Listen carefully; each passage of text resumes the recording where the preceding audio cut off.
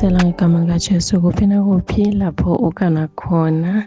Upholeke naleli thuba lekulalela i-Rhapsody yamaqiniso lokuyincwadi yaNkulunkulu lebhalwe ngumfundisi Chris Oyakhilome DSCD. Lomuhla ngilosithathu dinge-25 enyangeni yeNgongoni emnyakeni wa-2025 Nkhisimusi. Uthi-ke umfundisi lomuhla kupfokotela Kristu ngekwatsi kwenu. Amen. Uvula-ke umlayeto wakhe kuba seKolose 1:27 lapho khona livila laNkulunkulu lithi, kubo wathanza uNkulunkulu ukuthi kwadekwe ukuthi ini ingcebo nebukhosi balemfihlakalo bhedive lenguKristu kini lolu themba lenkadimulo. Amen. Kulabanye bamfukhisimusi wekudla nemndeni, ngako ngesuku lakhisimusi baqinisekisa kuba semkhatsini wemndeni badle bendelizili bese bayapfokota. Kodwa kwenca kwenta lobo bunanzi khisimusi ungaKristu kuthi ungubani wetela kuto wendani. Leliqiniso lelithi vele wayifeza injongo yakhe, kube akazange ayifeze injongo yakhe impilo ngabe ilide. Amen. Wefika waphila, wafa, waphindze wabuya waphila kuze wena uphile. Amen.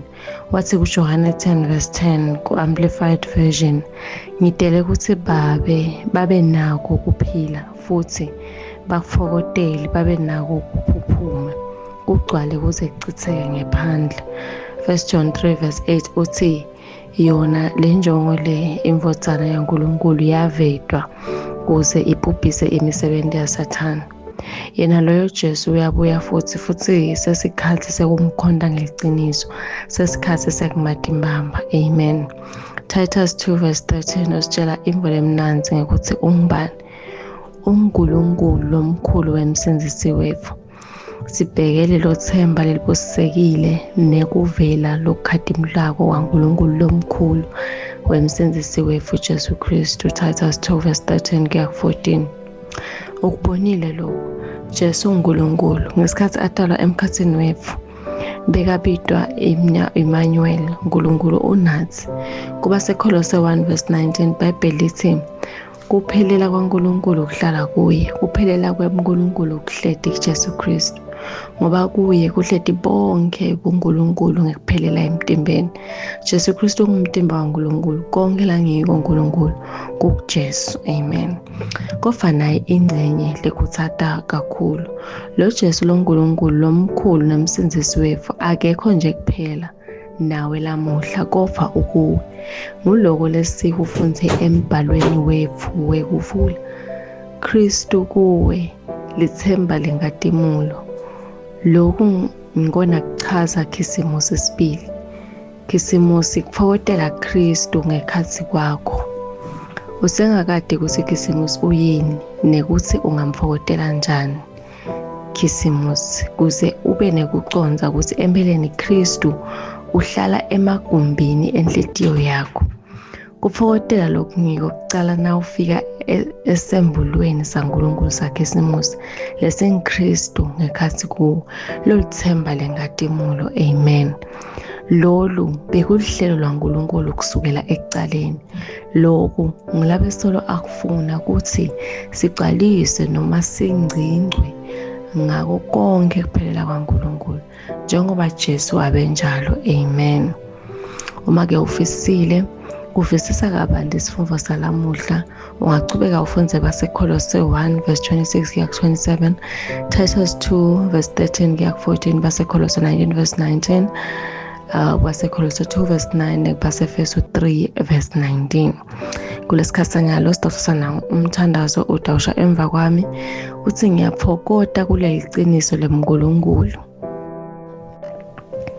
lelithi Jesu uNkulunkulu lomkhulu nemsindisi lowehlukanise lumbu nekufa, sihogo nelihlazo, wase uletha kuphila nekungabhubhi ekhanyeni.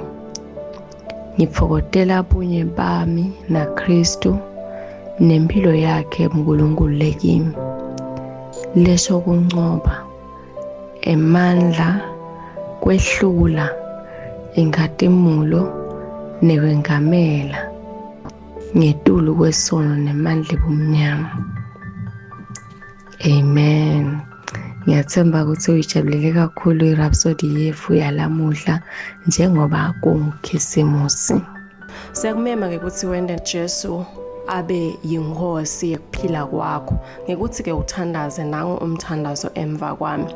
Shano-ke uthi, Nkosi Nkulunkulu, ngiyakholwa ngenhliziyo yami yonke kuJesu Kristu, indodana yaNkulunkulu ophilayo.